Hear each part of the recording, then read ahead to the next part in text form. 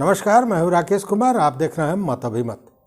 कुडनी उपचुनाव का रिजल्ट आया और मैंने जैसा पहले एक वीडियो में बताया था, जिसका लिंक मैं दे रहा हूं, कि कुडनी में जीत और हार तय करेगा भूमिहार। वो बातें जो हमने कही थी, जो समीक्षा की थी, वो आज 100% सही नज़र आ रहा है। देखिए, वोटों का अंतर कितना है। मात्र 3632 वोटों से भाजपा जीती है और भूमिहार का मत उसको मिला कि नहीं, ये इसी से अंदाज़ा लगाया जा सकता है कि कुडनी में भूमिहारों की संख्या लगभग 40 से 45,000 बताते हैं। 40,000 भी अगर हम मानते हैं और 50% भी अगर वोट कास्ट हुआ तो 20,000 होता है। तो अगर वो 20,000 नीलाभ कुमार को, मतलब वीआईपी को मिलता, तो उनका मत होना चाहिए था मिनिमम 20,000, लेकिन ऐसा नहीं है। नीलाभ कुमार वीआईपी को जो मत मिला है वो है 9,988, जिसमें सहनी वोट भी होगा, भूमिहार वोट भी होगा। आपको याद होगा, मुकेश सहनी ने कहा था कि 25-30 हज़ार सहनी का वोट और भूमिहारों का वोट दोनों को अगर मिला दिया जाए तो 70-75 हज़ार वोट होता है, जो बहुत बड़ा होता है और जीत के लिए काफ़ी होता है।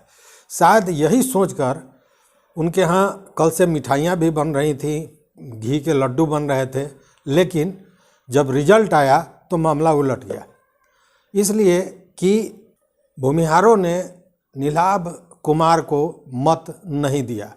वो वैसे लोग जो जिनसे उनके यहाँ खान पान है, न्योता पिहानी का रिश्ता है, उन्हीं लोगों ने वोट दिया। बाकी भूमिहारों ने वोट नहीं दिया।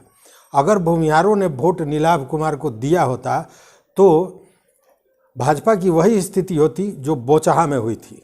आपको याद होगा, बोचहा के चुनाव में भारी शिकस्त भाजपा को मिला था और उसका सबसे बड़ा कारण यह था कि उस समय भूमिहार समाज उनसे रुष्ट हो गया था। इस मामले को लेकर याद होगा, रघुनाथ पांडे जो भूमिहारों के नेता रहे हैं वहाँ के, उन पर भी कुछ बातें आई थी और इन्हीं सब बातों को लेकर भूमिहार समाज रुष्ट हो गया था और भाजपा से अलग हो गया था। लेकिन यहाँ वो स्थिति नहीं थी। यहाँ जब नीलाभ कुमार को खड़ा किया गया तो यह सोच थी वीआईपी की कि सहनी वोट और भूमिहार वोट मिल जाएगा तो उनकी जीत सुनिश्चित हो जाएगी। हालांकि जीतने के लिए ये चुनाव लड़ा गया था कि नहीं, इस पर भी संशय है। संशय इसलिए कि मुकेश सहनी ने कहा भी था कि हम जीत हार के लिए ये नहीं लड़ रहे हैं, हमारा मकसद है कि हम भाजपा को हरावें, ये उन्होंने कहा था। तो सवाल ये है कि इतने विश्वास के बाद क्यों ऐसा हुआ, उसके पीछे कई कारण हैं। सबसे पहले तो ये सुरेश शर्मा को सुनिए आप। हाँ, वहाँ की परिस्थिति दूसरी थी। वहाँ हम लोगों को बहुत तरह से काटा गया था। मतलब जो वहाँ पर कंपेनिंग हुआ उसमें हमको नहीं रखा गया, वहाँ का विचार विमर्श था उसमें नहीं रखा गया। कुछ लोग हमारे ही पार्टी के कुछ झूठ मूठ का उसमें बात को बनाते रहे। रघुनाथ पांडे जी पर कुछ बयानबाजी हो गई, इसमें हमारे समाज का लोग ने उसको इश्यू बना लिया और उन लोगों ने कहा कि सुरेश जी, हम लोग भाजपा को वोट नहीं देंगे, आपको नहीं आना है। यही तो बात हुई। और वहाँ पर बाकी लोग जो थे जो है वो उसमें अपना हमारे समाज के लोग और लोग भी मिलजुल करके वहाँ के प्रत्याशी को जिताए। भाजपा को वोट कम मिला, लेकिन बिहार में एक भूमिहार ब्राह्मण फ्रंट भी है। फ्रंट ने भी ये बात कही थी कि चुनाव में जो समाज है वो नीलाभ कुमार को समर्थन देगा, लेकिन इसी में फ्रंट पर में भी लड़ाई हो गई थी और जो पूर्व मंत्री हैं अजीत कुमार जो कार्यकारी अध्यक्ष हैं और सुरेश शर्मा जो प्रदेश अध्यक्ष हैं, उन दोनों आदमी में एक तरह से कहें कि आमने सामने की लड़ाई हुई थी। सुरेश शर्मा का ये कहना था कि ये समाज का फ्रंट है, इसका राजनीति से कोई लेना देना नहीं है, और अजीत कुमार का ये कहना था कि चूंकि समाज के लोग खड़े हैं इसलिए ये उसमें वोट देंगे, जबकि फ्रंट में सभी दल के लोग हैं और वो शुद्ध सामाजिक फ्रंट है, उसका राजनीति से लेना देना नहीं है, जैसा सुरेश शर्मा का कहना था। देखिए, फ्रंट जो बना है उसका नाम से पहले पहचाना, वह सामाजिक फ्रंट है। उसके कुछ लोग राजनीतिकरण में उसको डाल रहे थे, तो उसके जिला अध्यक्ष बगल में बैठे हुए हैं, हम प्रदेश अध्यक्ष बैठे हुए हैं। हम लोगों ने कहा कि नहीं, ये गलत है। आप कौन डिसीजन लेने वाले होते हैं? आप 4 आदमी बाहर से पटना उटना से बुला करके डिसीजन ले लीजिएगा और लोग मान लेगा? अब फ्रंट का ये आइडियोलॉजी नहीं है। फ्रंट समझे तो वो इंडिविजुअल जा सकता है, और फ्रंट में तो सभी पार्टी के लोग हैं, कांग्रेस के हैं, आरजेडी के हैं, बीजेपी के हैं, जदयू के हैं, ये आपका आरसीपी के हैं। तो ये फ्रंट जहाँ है सामाजिक काम के लिए है, राजनीति के लिए फ्रंट नहीं है। और जो आदमी जिस पार्टी का है वो अपने पार्टी का काम अपने राजनीति प्लेटफॉर्म पर करेगा, उसकी कोई पाबंदी नहीं है।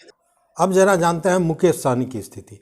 मुकेश सहनी को ये पूरा विश्वास था कि सहनी वोट उन्हें मिलेगा, लेकिन कहीं ना कहीं सहनी वोट में भी बिखराव हो गया। अगर नहीं होता तो आरजेडी के जो बागी उम्मीदवार थे शेखर सहनी, उन्हें 3716 मत नहीं मिलते। वहीं उपेंद्र सहनी निर्दलीय खड़े थे, उनको भी 1069 वोट आया। तो कहने का मतलब, अच्छा दूसरी बात है कि इधर अजय निषाद भी लगे हुए थे कि भाजपा को सहनी का वोट जाए।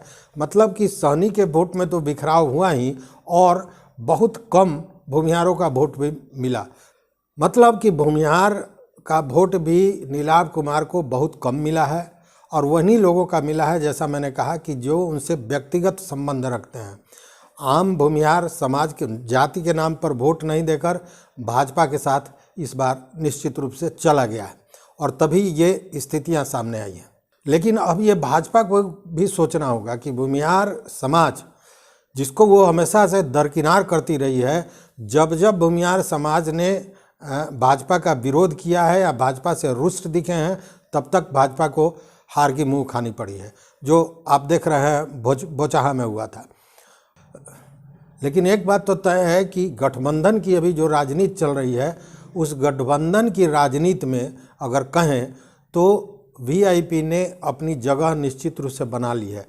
उसने ये बता दिया है कि 10,000 वोट लेकर तीसरे स्थान पर रहा है। उसने ये बताया है कि वो जिसके साथ जाएगा उसको कम से कम 10,000 का तो इजाफा होना ही होना है। उस स्थिति में मुकेश सहनी अगर भूमिहार कार्ड में सफल हो गए रहते तो निश्चित रूप से भाजपा को हार का मुंह देखना पड़ता, लेकिन ऐसा हुआ नहीं। इसीलिए कहते हैं ना कि भूमिहार समाज बड़ा बुद्धिजीवी होता है। तो कहने का मतलब यह है कि ये जो जीत है, जैसा हमने पहले भी समीक्षा की थी कि जीत या हार तय करेगा भूमिहार, तो निश्चित रूप से भाजपा की जो जीत हुई है, इसके पीछे भूमिहारों का बहुत बड़ा हाथ है। हमने जो कहा उससे आप कितने सहमत हैं या असहमत हैं, निश्चित रूप से कमेंट बॉक्स में कमेंट करके बताइए।